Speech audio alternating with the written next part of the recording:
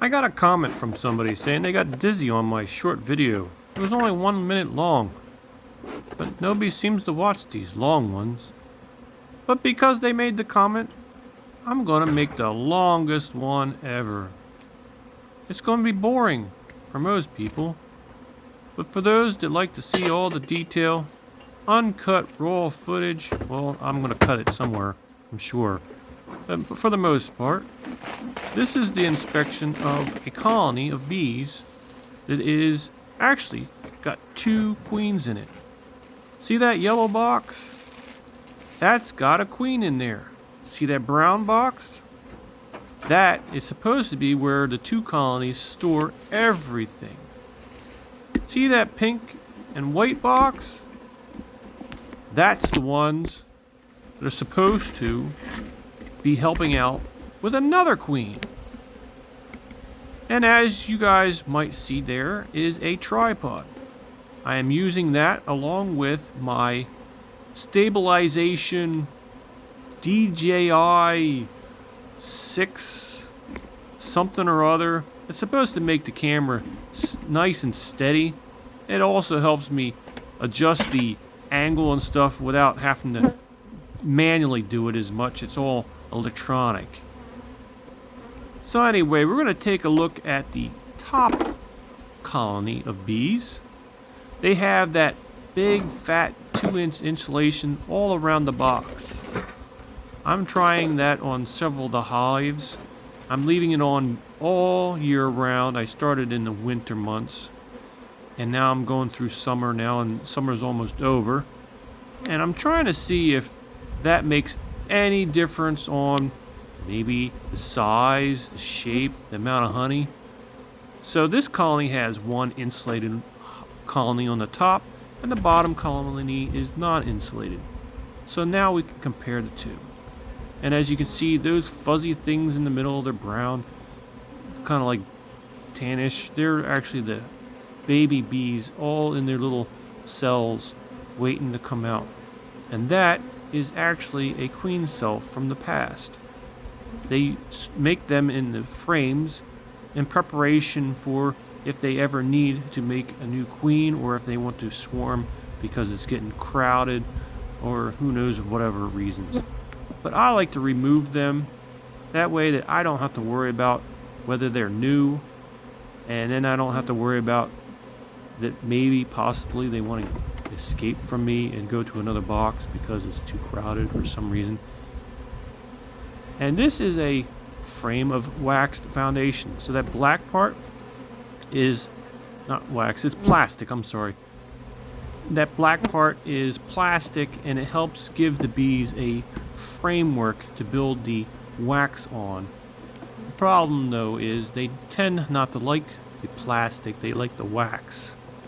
So you have to coat it with a thin coating to try and encourage them to go on it. And see, on the top there is the difference between the black plastic and the drawn orangish yellow is the foundation that they're drawing out in a little, what is it, 6-sided shaped comb. And they're all made out of wax that supposedly that comes off their body, I guess similar to what our ears do. And they store it in those little shapes to store bees, to store the honey, to store the nectar.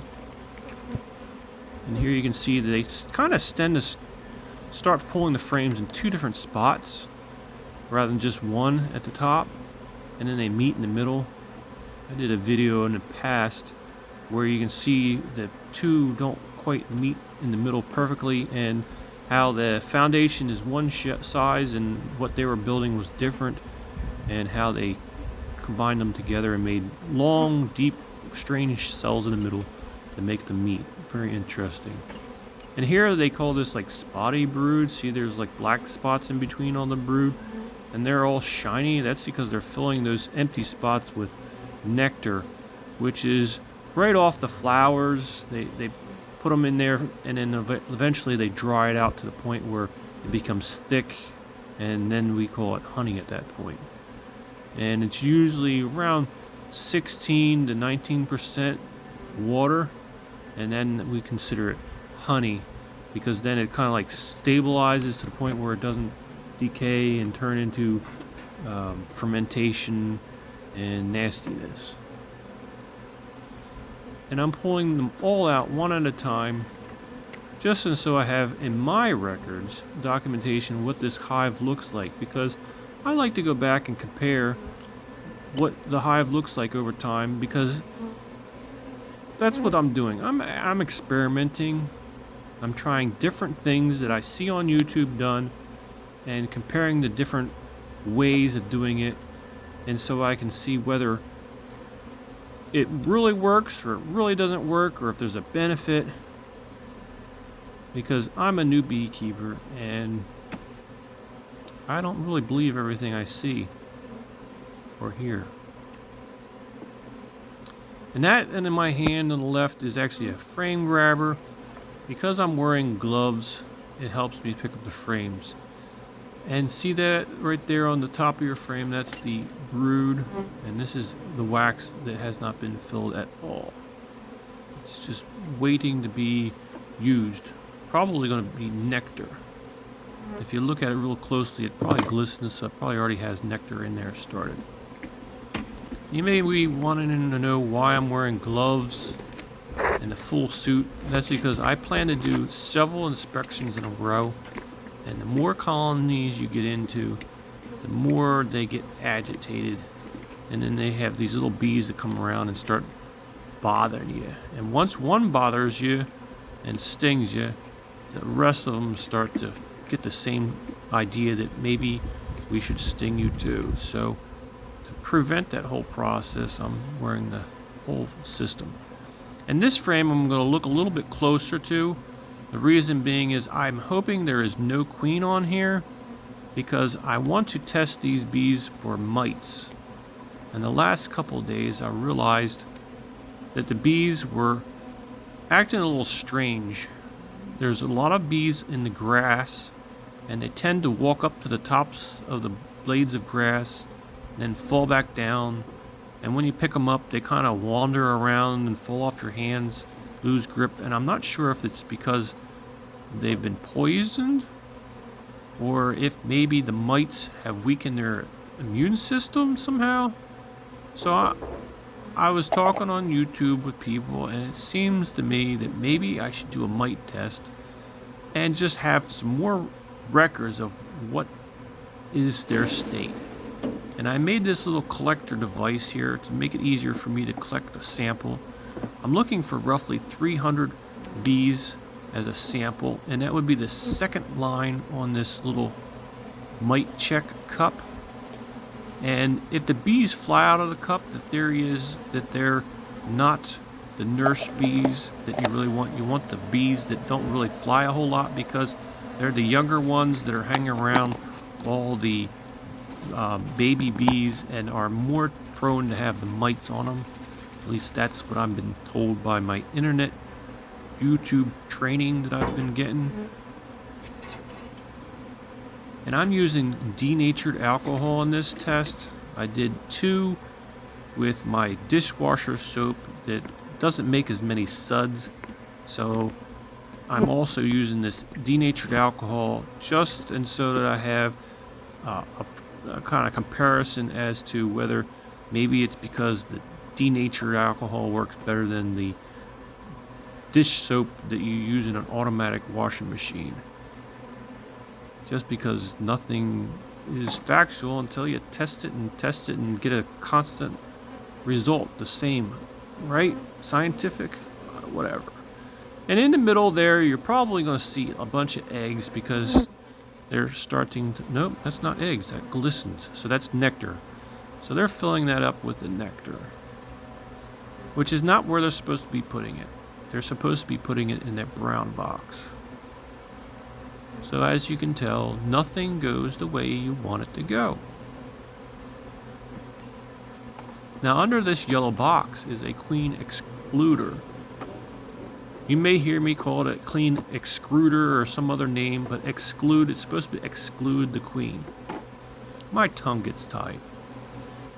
The queen excluder is there to keep the queen in the yellow box. The brown box is a space between the two queens.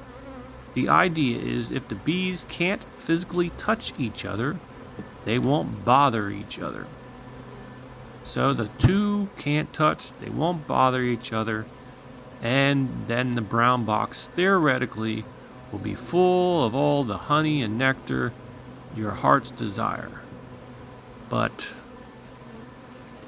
I'm going to give you a secret. I don't think it's working.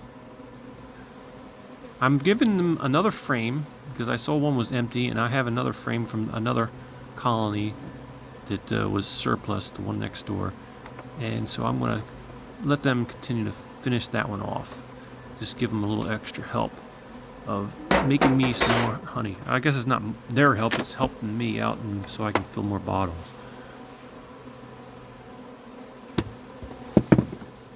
And as you can see, I stand them upright sometimes.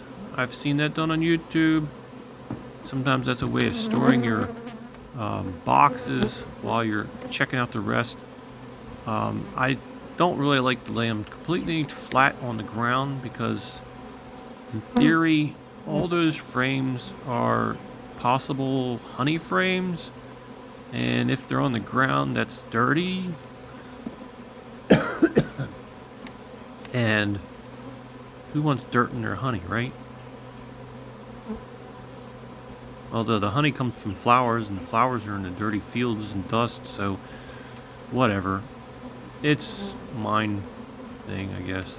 So this one is nectar, and you can see the whitish sections on the top of the frame are actually capped honey.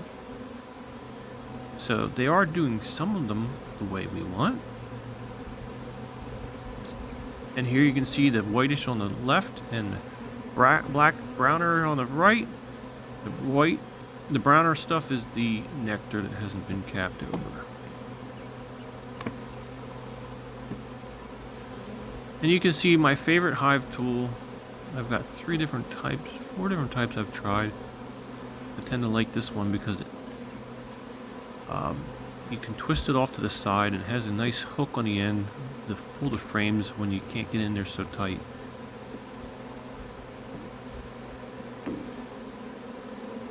And you can see there's more glistening, shiny stuff in those cells, so there's a lot of undrawn nectar. So at this point, I'm realizing that I can't steal any honey from these guys yet, so I'm going to leave these in. It's the beginning of September, like the first week there, and I'm hoping that they will finish the rest of these out. And then the plan is to steal everything they make and give them sugar water back. Here's another queen cell. It's old. You can see it's all dark brown, so it's not new, but I want to get it out of there just so I'm not confused later on. It helps me know what they've done in the past. If they do a cell, I know that at one time since the last inspection they had in mind that they wanted to get out. So the theory about feeding them back the sugar water is that it's cheaper than the honey, and I want the honey and I don't really want the sugar. That's why I keep bees, right? Well, it's for one of the reasons. The other is I really want to know what is it about these bees and learn about them. So the more you keep them, the more you learn, theoretically.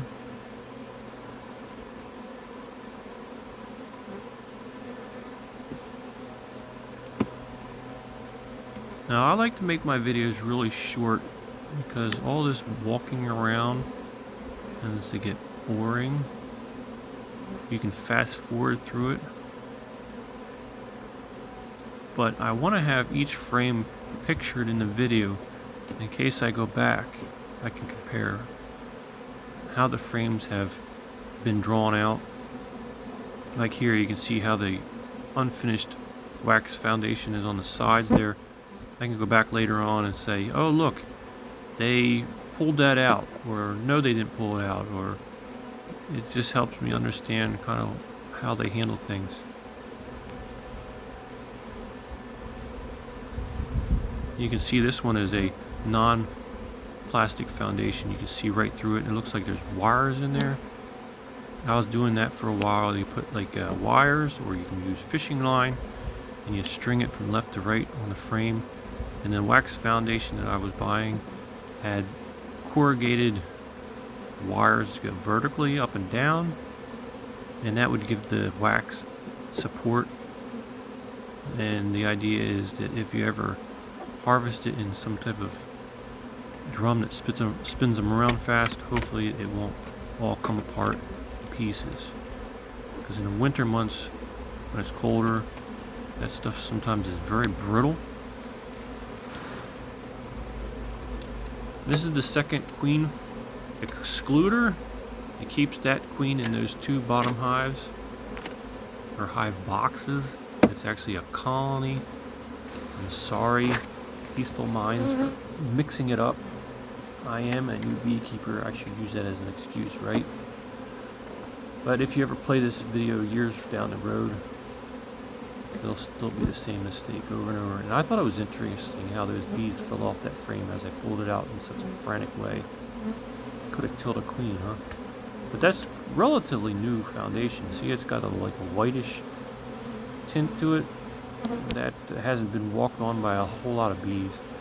So that would say it's probably newer. Apparently the bees' feet get dirty with pollen and whatever they're walking on, and start to turn it brown. And as you can see, this is the yellow foundation. I have some of those. They're a little harder, they say, to look at the eggs when they're in the frames. So I've been using the black when I've been buying them recently. You can see that one has had nothing going on it. I basically put a whole nother box in this colony on the bottom here, because the last thing I wanted them to do is swarm out on me. That was drawn out with lots of brood there in the middle. That looks pretty nice. And the same on that side. So because I don't check on these, but maybe every 7 days to 2 weeks, sometimes 3 weeks, I check on them. I didn't want them to swarm out on me, so I gave them lots of extra room. Oh, here's another queen cell. And it doesn't have any eggs in it, or the royal jelly, which is like a white paste. So that means they're not trying to make a queen at the moment. They thought of making one at one time. So the extra room in this colony is just to give me time, so hopefully they don't do something while I'm not checking them out. And the kind of gloves I'm wearing are actually welder's gloves. They are longer on the wrists, so I actually tuck them underneath my my bee suit. And the bee suit has an elastic banding that goes around the top edge there and seals it between my wrists. And it does pretty good, except for if you really reach real long, then your sleeve goes up, and then you do get attacked on the wrist pretty quickly. And as you can see, there's not a whole lot of nectar in there. There's probably eggs if you look close enough. There's some more of the capped brood.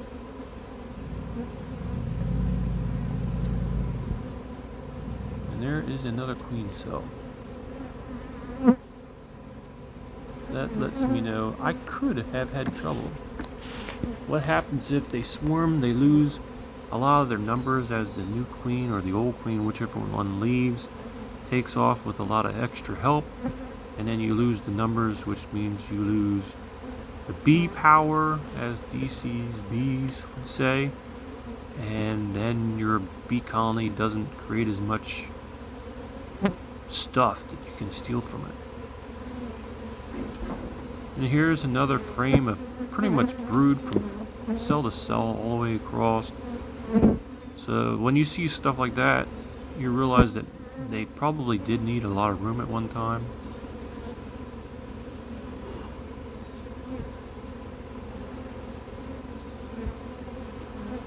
And I was actually taking a picture of the drone. That's why that close-up was there. A lot of people say near the end of the season the drone numbers go down. So if you do need to make a new queen, the chances of her ever getting mated are next to slim to none. So then the chances of actually keeping that colony going all winter long is very nil.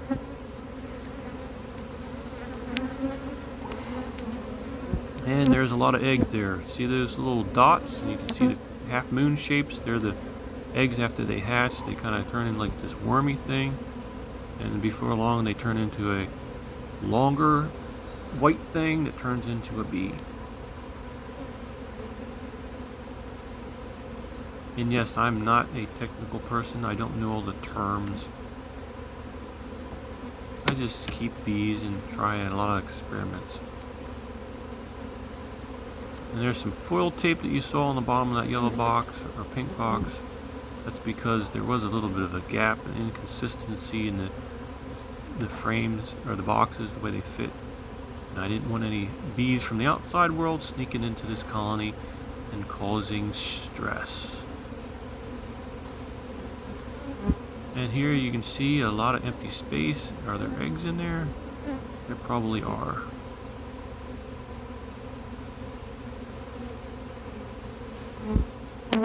Nope, there weren't.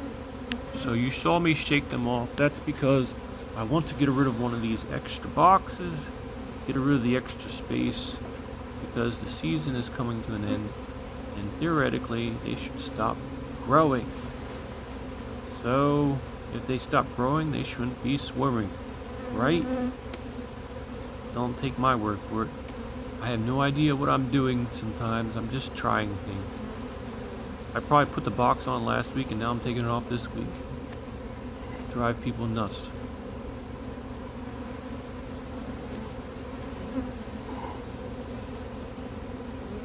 At this point, I think I saw the queen.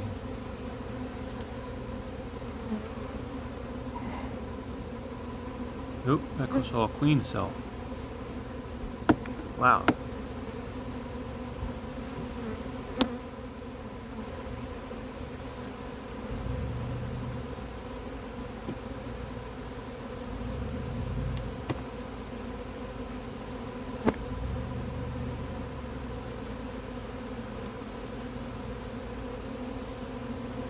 A lot of bees on that frame.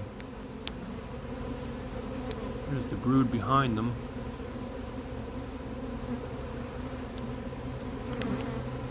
I'm still not seeing a queen.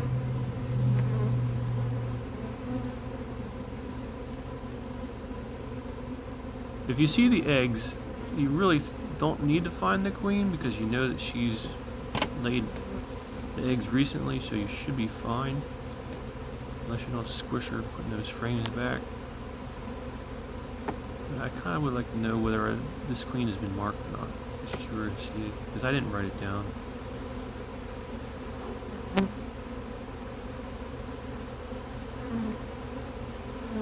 And in between the posing of the frames in front of the camera, I sometimes look at them in more detail. I pose them in front of the camera for the YouTubers so they can see, because I've watched several people do beekeeping and I can't take it when they look at the frames and I can't see what they're looking at.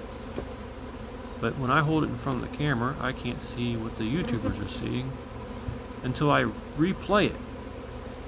So if I'm looking for something, I've got to do it out of reach of the camera. And you can't have both worlds. Unless maybe I had like a helmet cam. That would probably be cool. But I'm using a cell phone to do this. It's a Galaxy S22, I believe.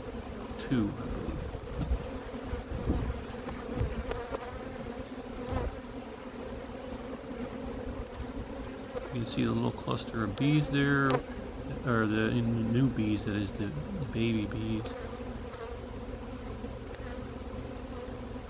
It makes like a moon-shaped arch, the pattern that they make on the frame, the yellow stuff in the corners. And I think the corners are usually like the nectar, and then the pollen is around another ring, and then the brood is in the center sometimes. See, there's pollen on the left. Actually, the pollen, the whole thing, that's a lot of pollen, it looks like. Pollen is like a yellow, orange, different colors, shades of the flowers, I believe. This looks like nothing on here much of anything. So I'm probably going to take this one out. they did draw the comb. See how they draw in like 3 sections as they come down, and then they meet in the bottom.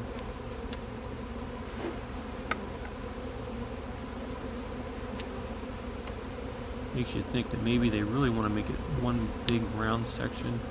Because the frames are so long, they make it in 3 pieces. And it must not have had much of anything on it, so we're going to take that one out.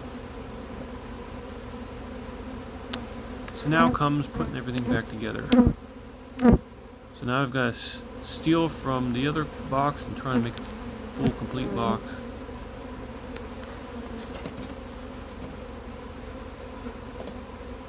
And I'm also going to change out that box in the bottom for an insulated box. I'm going to do that later on. It's an afterthought. So now this colony is going to be completely insulated from top to bottom, including the middle. And that way I can see if that helps them any more in the fall here, keeping the temperatures up. Will that increase the season length a little bit? I don't know. We'll see. So I'm looking around for the most populated frames possible to put back. And anything that doesn't have bees on it, or wax or anything, I'm going to put back in. Storage!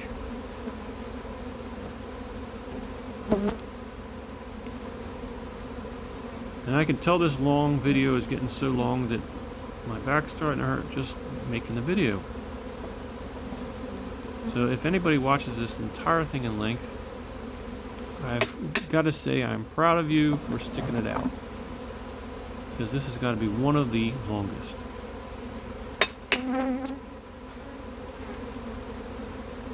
It'll probably take hours to upload.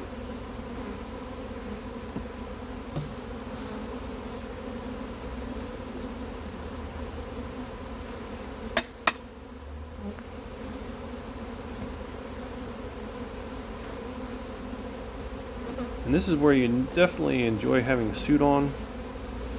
The advantage of having the suit is you don't have to worry about being stung. As much, that is. They do sting through that suit. It's only like one layer. So it's possible to get stung, but when you move your clothes around, it tends to pull the stinger out. So it probably won't be as swollen and stuff. There's not as much venom in your body. I'm amazed the smoker still works. I use pine needles.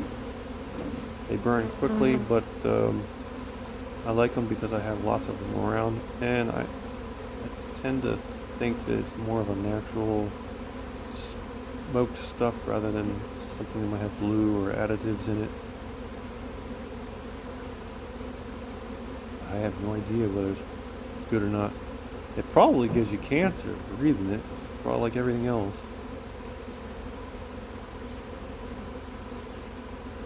And at this point, I believe I'm looking for that insulated box.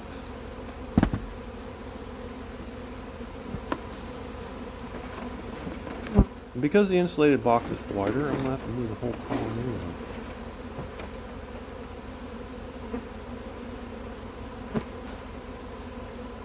And because the insulated box is wider, I'm going to put on a insulated bottom board with a screen on it.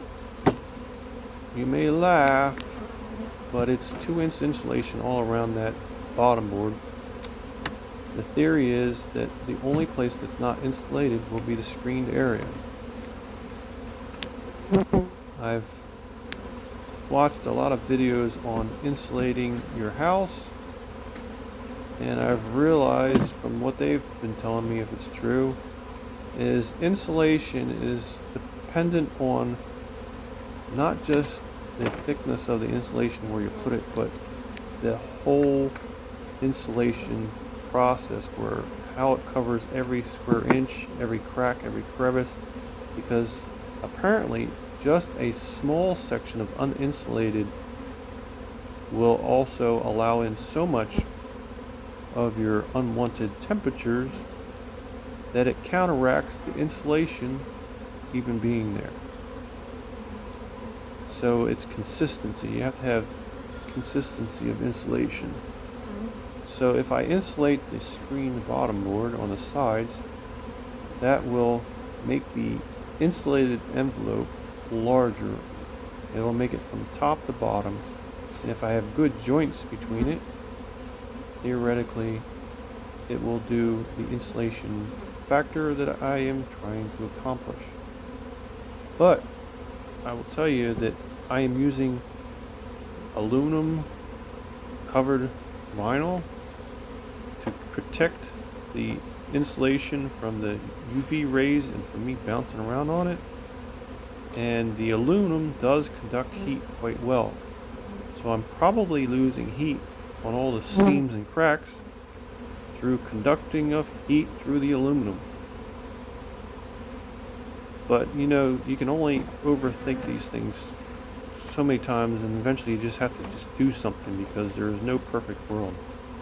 And I will tell you too, the bees are getting underneath that aluminum and getting into the insulation, and once they touch that insulation, it's a field day.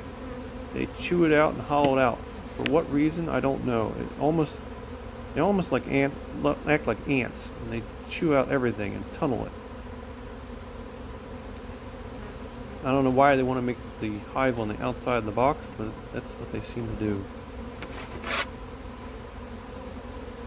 You'd think they'd want to stay on the inside, especially with all those frames and everything made so perfectly engineered for them to make it life so much easier. So now I'm basically going to take these frames that I put in that single wall hive box and put them back into this insulated box.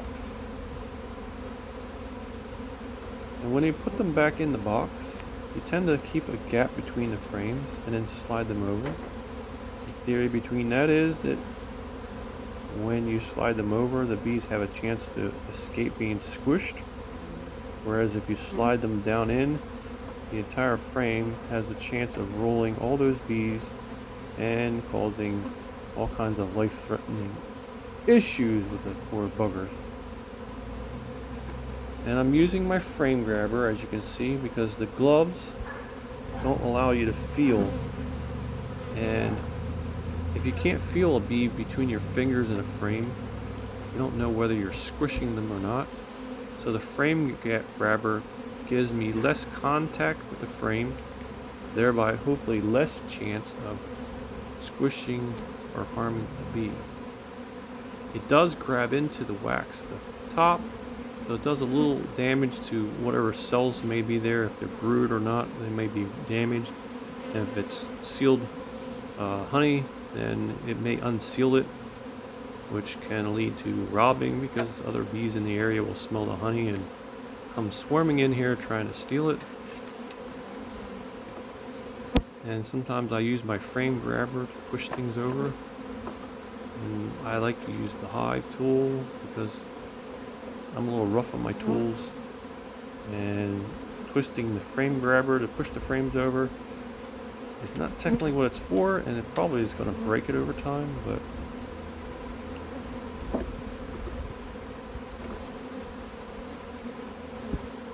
and I find if you push the frames over with at least amount of contact with the frames, there's less chances of you squishing a bee.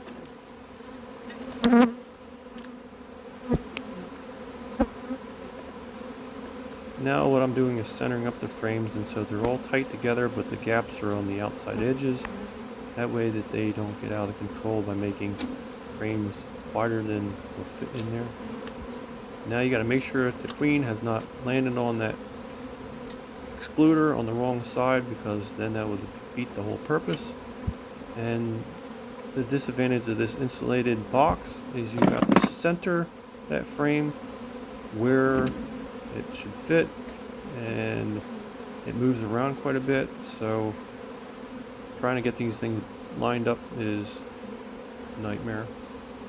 And then you're supposed to put them on an angle like this, and so you can slide them into the position, and that way that the bees have a chance to get out of the way before being squished. But I know too, if the frames are so close to that excluder, they're probably using it like sandpaper and just grinding off every bee that's down there. So I don't know if it really saves bees or not.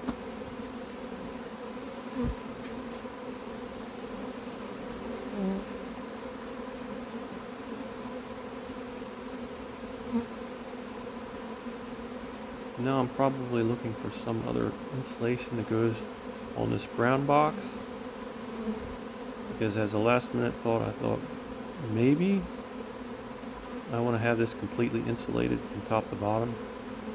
Now I have been told that you don't want to keep those excluders on all winter long, because there's a possibility the bees will abandon the queen in the bottom when they move up, and if they abandon her, she will die.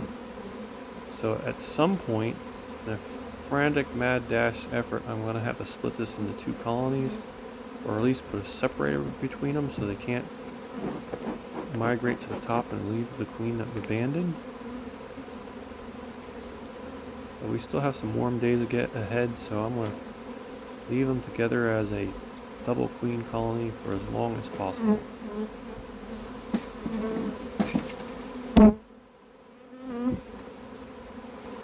Now I'm going to put this extra box on the top. Now this has another queen in it, and trying to space these up is nearly impossible. The aluminum flashing tends to grab on everything. It's not perfectly smooth at the seams, and so you have to kind of lift it in order to get it to move, and then when you put it back down, you're probably squishing all kinds of bees.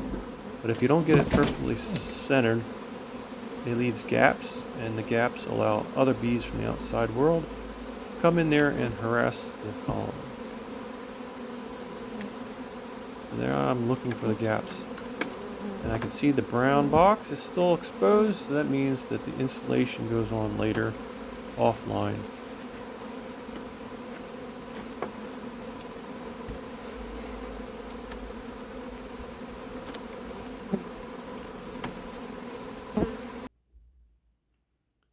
Now, I had to clean the kitchen just for this video because we don't want to embarrass ourselves from having all those dirty dishes in the sink.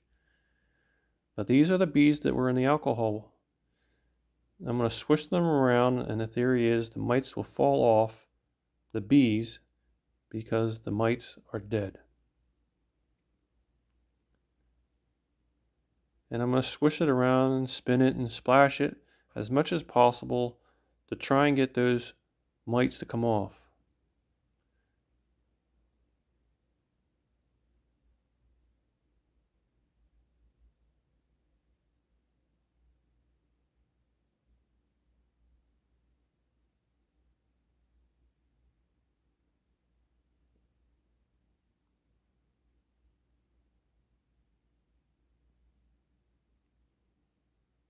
I don't do a lot of mite washes, so I'm a little rough at this. But the theory is if I dump this stuff out without losing any mites, then I will be able to count them. Right now there is so much water in here that it kind of messes up my vision to the bottom of the container. So I'm dumping off what I know doesn't have a mite into this yellow container. And if it does have a mite, and it happens to slip past, I can always dump it back into the main container. So it gives me a little bit of a safety net so I don't lose any mites. Now at this point I wanted to dump them into the main yellow container, but I realized that if you don't dump fast enough, the mites get stuck in the container, so I'm going to try it again. There we go. I got every one except for that one bugger. And they don't want to come out. If your hand's kind of dry, sometimes they'll stick to it. But at this point, this doesn't seem to work, so I'm fighting it. So I'm showing to everybody that the container is empty. And now you can see and count the mites.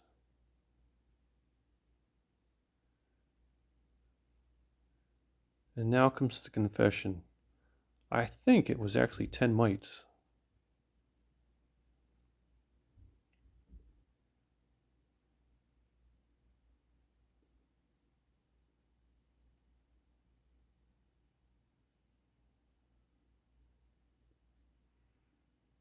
That didn't even work. Now they're getting stuck in the brim. What a pain. You don't see this kind of stuff on YouTube unless you get the raw footage like this. There's the proof. 1, 2, 3, 4, 5, 6, 7, 8, 9, 10. Rats. So now you can tell everybody, if you watch this video, that you saw the proof. It was actually 10 mites, not 9.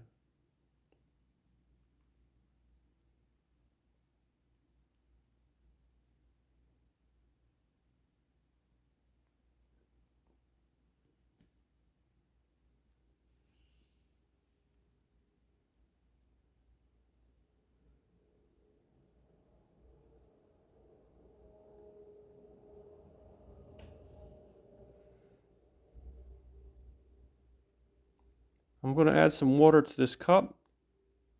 And I'm going to splash these bees around a little bit more, just because they sacrificed their lives for this test, and I don't want to waste any chance of getting an accurate mite count.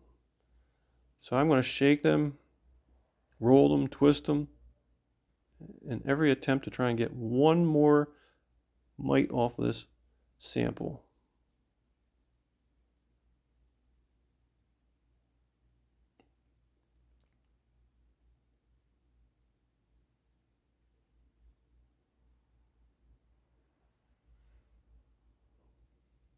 I'm going to use it like a washing machine and try and spin them out, shake them. And I've got absolutely nothing. Nothing at all. So double, triple washing did nothing.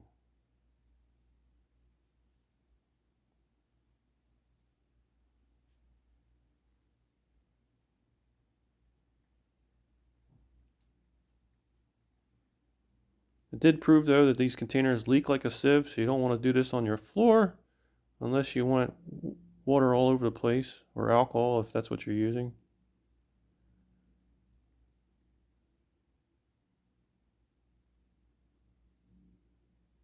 Maybe you can argue the mites snuck out the lid when it was being shook.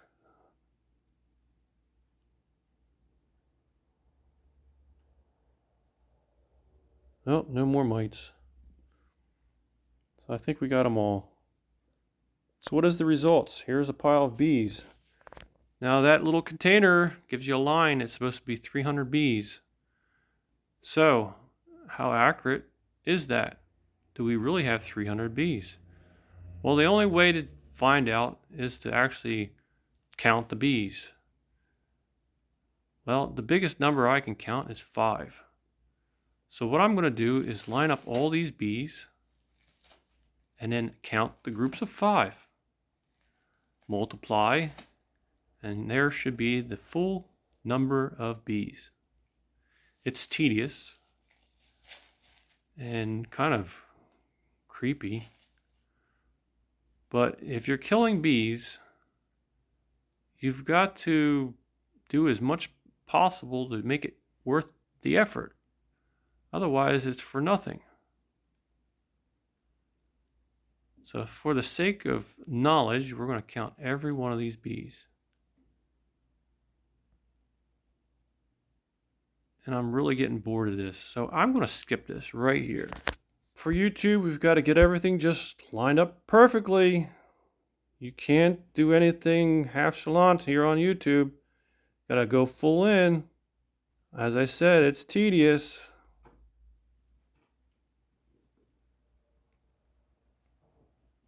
Oops, I missed one.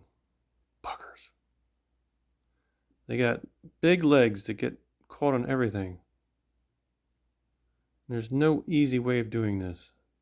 Well, there you go. 325 dead bees and 10 mites. Well, maybe 9. Depends on how you count. Thanks for watching.